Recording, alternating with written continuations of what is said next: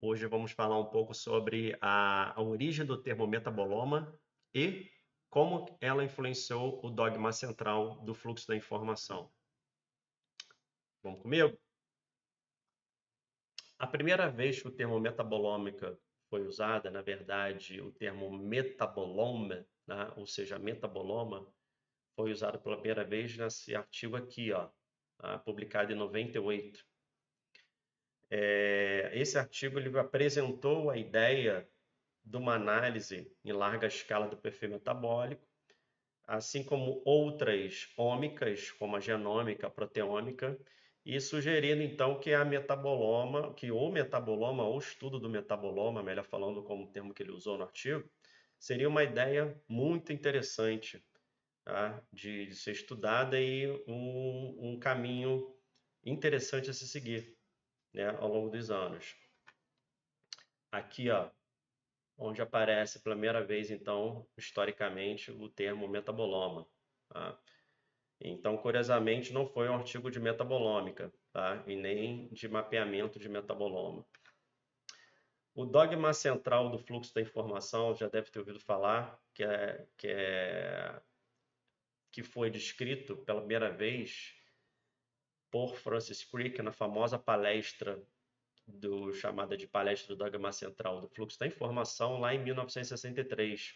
Tá? Aqui está a palestra dele, onde ele escreveu no quadro, né, a foto histórica dele na palestra, onde ele escreveu DNA com uma setinha para RNA, e aqui ao lado o caderno dele, né, e RNA para proteínas. Então, ou seja, a informação vem lá a partir do DNA, é transcrita para o RNA, e essa informação é traduzida numa linguagem das chamadas proteínas. Mas nunca acontece ao contrário. Isso já sabia, já estava estabelecido, tá? Não vou entrar em muitos detalhes aqui, que isso é uma outra longa história, fica para uma aula só para isso, tá?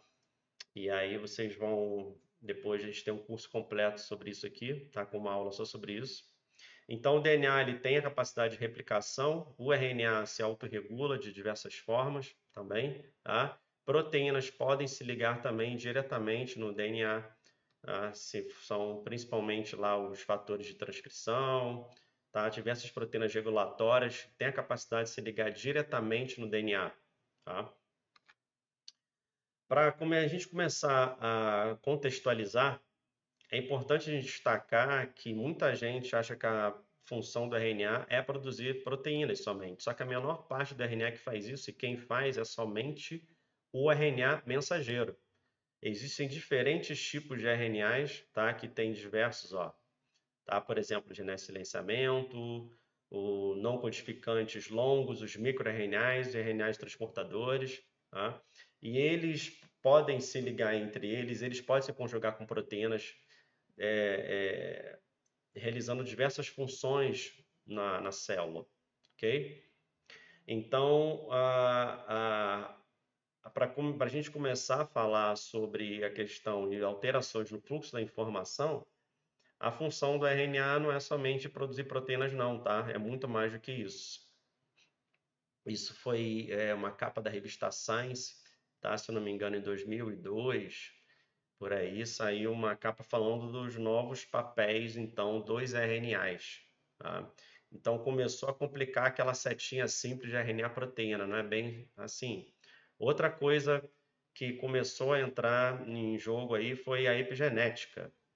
O que é epigenética? Parece meio complicado, mas genética vocês já sabem, né? E epigenética é o pé da letra, quer dizer o que está acima da genética. Epigenética são as informações que alteram DNA, proteínas, mas sem alterar a sequência. Sequência de aminoácidos, sequência de RNA, sequência de DNA, ela não é alterada. E ela é transmitida ao longo das gerações, tá? Chamada de herança epigenética. Quem descreveu esse nome pela primeira vez foi Conrad Waddington, em 1946. Aqui é a foto dele. E nesse livro, The Strategy of the Genes, Waddington, então, ele desenhou a chamada paisagem epigenética, onde, então, uma célula desdiferenciada, ela vai sofrendo a diferenciação pré-determinada no organismo para ela, e ela tem diversos caminhos, dependendo das alterações que vão que estão intrínsecas, outras que serão fornecidas para essa célula, o ambiente, por exemplo, onde ela está também. Então, essa célula vai seguir caminhos diferentes de diferenciação. E essas informações, ele disse que estão além da genética, além da capacidade genética da célula. Então, ele chamou de epigenética. Isso ficou guardado e depois de muitos anos, lá na década de 90, começaram a ser descritas as alterações epigenéticas, a gente já vai falar. Tá? Uma coisa importante que a gente tem em mente quando a gente fala principalmente de genoma e epigenoma, tá? É que os cromossomos, ou seja, onde estão lá o material genético, onde está lá o DNA, eles aparecem somente na metáfase, tá? Que é uma etapa da divisão celular, onde então existe essa estrutura que a gente chama de cromossomos, tá? Essa estrutura de DNA altamente condensada, ou seja, o DNA está totalmente empacotado aqui. Mas tem diferentes níveis de condensação da cromatina, tá? O maior é o cromossomo, tá? Na metáfase, e o menor é lá o DNA, que eu já deve ter ouvido falar, da dupla hélice, tá? Então, esse DNA vai sendo empacotado ao redor das proteínas chamadas histonas, vai sofrendo diversos empacotamentos aqui, ó, depois empacota mais, até chegar no cromossomo na chamada metáfase. Isso ajuda ao DNA, que ele é muito longo, tem mais de 1 metro, se a gente fosse esticar, ele consegue se compactar e ficar dentro de um núcleo que é bem pequeno, tá? E não trazer nenhum tipo de problema para esse DNA ser passado para outras células e não trazer nenhum problema para ele na divisão celular, tá? Bom, nas histonas, ou seja, aqui, ó, nessa fase de empacotamento do DNA, essas histonas são proteínas que possuem uma cauda de aminoácidos, tá vendo? Essas letras correspondem a diferentes aminoácidos, e esses aminoácidos podem sofrer alterações epigenéticas, como o P aqui é o fosfato, o A são acetilações, ou seja, adição de grupamento acetil, tá? E elas têm um número com a posição delas, ó, vai do 1 até a última histona que está aqui, 119, por exemplo, na histona H2A. Tem 4 tipos clássicos, né? Histona H2A, H2B, H3 e H4, um domínio globular e o domínio N-terminal, são também chamadas de caudas N-terminais. Tá? E essas caudas sofrem diversos tipos de alterações epigenéticas. Uma das mais estudadas é o CM azul aqui, que é metilação, que é a adição de grupamento CH3 no aminoácido, e a acetilação, que é o azinho aqui, ó, tá? A rosa. O DNA, então, fica empacotado em volta dessas histonas, tá? Em torno de 147 pares de bases, e onde ele não está empacotado na histona, ligado à histona, ele está solto, tá? Então, não é todo ele que é empacotado, mas quanto mais empacotado ele for ficando, menor vai ser o tamanho dele total, né? E até ele se condensar aqui na metáfase, ok?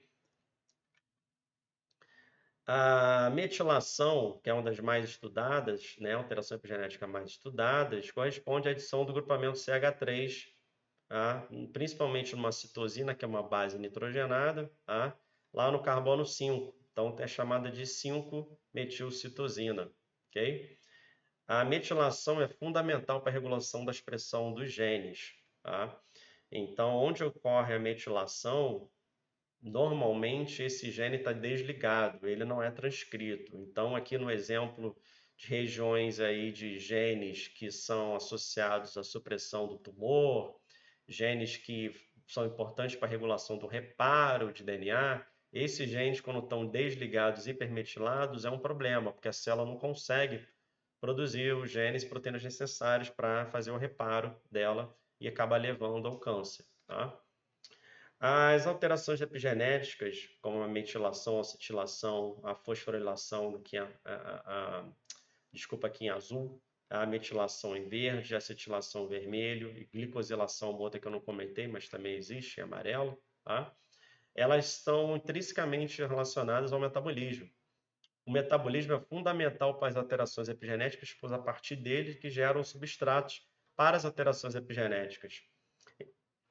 Como exemplo, a metionina, tá? Gerando grupamentos metil, pré-adenosina e metionina, e assim para as histonas e DNAs metiltransferases, ó, metilação da histona que eu comentei e metilação do DNA.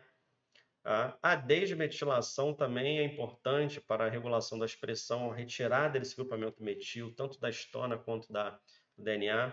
Tá? Ele está associado ao alfa-cetoglutarato, lá no ciclo de Krebs. Tá? E a acetilação vem da onde? O grupamento acetil vem de acetil-CoA. Tá? Pode vir também do ácido acético diretamente, enfim, fontes de acetato, né? Grupamento acetil no geral. O acetil-CoA é um dos principais, que também vem lá do citrato. Tá? E aqui a glicosilação tem como fonte primária o ciclo das hexosaminas, que é um desvio da via glicolítica, que está aqui, ó, tá? A via das hexosaminas é uma via importante, tá? Para gerar os glicoconjugados, e um dos produtos dela, o gliconac, ele é utilizado para, então, gerar a chamada glicosilação lá nas histonas, tá? Gerando alteração na regulação da expressão gênica. Então, sem metabolismo, a gente não tem epigenética. E sem epigenética, não tem a regulação da expressão, a paisagem epigenética que eu comentei, tá? E não tem a transmissão da herança epigenética. Tá? Então, olha lá, o ácido fólico, tá? É o principal doador do grupamento metil, tá? Ou seja, metilação para diferentes enzimas e proteínas até chegar no DNA. Então, lá numa ponta, a gente tem lá ácido fólico como fonte principal, tá? Alimentos aí ricos em ácido fólico, verduras escuras, diversos outros alimentos, e aí transmitindo então esse grupamento metil até, aqui no exemplo, DNA, mas também tem as histonas, tá? Da importância também da alimentação. Quem descreveu a herança de caracteres adquiridos que eu comentei para vocês foi o Jean-Baptiste Pierre Antoine de Monnet. Esse nome gigante, você ouviu falar? Provavelmente não, mas você ouviu falar de Lamarck. Tá? Então, Lamarck era um dos grandes defensores da herança dos caracteres adquiridos, ou seja, um caractere adquirido por um pai, né? Isso era transmitido para o filho, ou a mãe transmitia para o filho, para a geração seguinte. Tá? Isso é a quarta lei de Lamarck. Okay? Então, Lamarck foi bem famoso por defender, foi um dos defensores disso. Tá? E herança epigenética é justamente isso, é uma transmissão de caracteres adquiridos através da dieta, através da doação lá dos grupamentos epigenéticos, que vem do metabolismo, que também vem da dieta, está tudo associado. Ou seja, então a dieta, né, dos seus pais vai influenciar diretamente seu comportamento e sua dieta também. Tá? E a sua herança epigenética é herdada. Tá? Bom, e o que isso tem a ver com a metabolômica? Tá? Artigos recentes, então, têm mostrado como exemplo esse aqui na Nature, tá? Publicado aí em 2020, ele já mostrou, analisando uma grande população, que metade do perfil metabólico do plasma, tá, de humanos, ele vai ser determinado pela dieta e microbiota intestinal. Tá? Então, novamente, aí a gente tem a dieta, principal doadora lá, uma das doadoras de grupamentos para as alterações epigenéticas, eu dei exemplo da metilação, tá? Que vai influenciar o metabolismo, e também tem a microbiota intestinal que vai sendo formada e também está associada à dieta, ao estilo de vida e tudo mais, formando então o nosso perfil metabólico. Tá? Então, o perfil metabólico ele é mais importante do que se pensava anteriormente, vai deixando de lado um pouco o background genético e dando mais importância agora ao perfil metabólico. Tá? Portanto, nada melhor do que então, naquele dogma linear central que Francis Crick apresentou, a gente colocar a metabolômica no centro do fluxo da informação. Então, a gente escreveu em 2021 um artigo onde a gente coloca lá as pequenas moléculas no centro desse fluxo, fornecendo, tá, grupamentos e estruturas químicas para todas as etapas do fluxo da informação. Por exemplo, a gente tem lá nos ácidos nucleicos, Então, a gente tem lá a chamada genômica, né? Com estudo em larga escala do DNA, você pode falar transcriptômica, RNA também, que a gente já pode falar um pouco dos dois. Então, eles doando lá as estruturas que vão formar isso tudo. Ou seja, a gente lá tem a pentose, por exemplo, vem da via intermediária, via glicolítica, ciclo das pentoses, ou seja, metabolismo, tá? Fosfato vem do metabolismo, dieta também. E base nitrogenada, que vai formar isso aqui, também vem de aminoácidos, tá? Também pode vir da dieta, tá? Então a gente tem o metabolismo formando essas unidades para a genômica transcriptômica. E a proteômica é o estudo em larga escala das proteínas. Proteínas são formadas de aminoácidos. Aminoácidos vêm de dieta, vêm de quebra de outras proteínas, tá? Então, ou seja, também está associado diretamente ao metabolismo. Esse conjunto de análise de aminoácidos é feita pela metabolômica. Nosso portfólio, a gente tem lá análise de diversos aminoácidos, só seguir lá o nosso site. A epigenômica, o estudo das alterações epigenéticas, já mostrou lá, tem como substrato o metabolismo. Então, portanto, o fluxo da informação ele é dinâmico, circular e alterado a todo momento por quem? Pela dieta, estilo de vida, microbiota intestinal, também tem a idade, o ambiente onde o indivíduo está vivendo, o uso de drogas, o sexo e muito mais coisa aqui, tá? Esses são os bem descritos já, tá? Então, quem quiser saber com mais detalhes, diversos exemplos, pode entrar lá no nosso artigo, tá? Aqui eu vou colocar ali na descrição, mas o link dele está aqui com o DOI, o número, tá? Aqui é o nome dele, tá? Pode procurar pelo meu nome também que você vai encontrar. Então, segue aqui, ó, uma imagem melhor. Então, a metabolômica no centro do fluxo da informação. Metabolizou? Um abraço.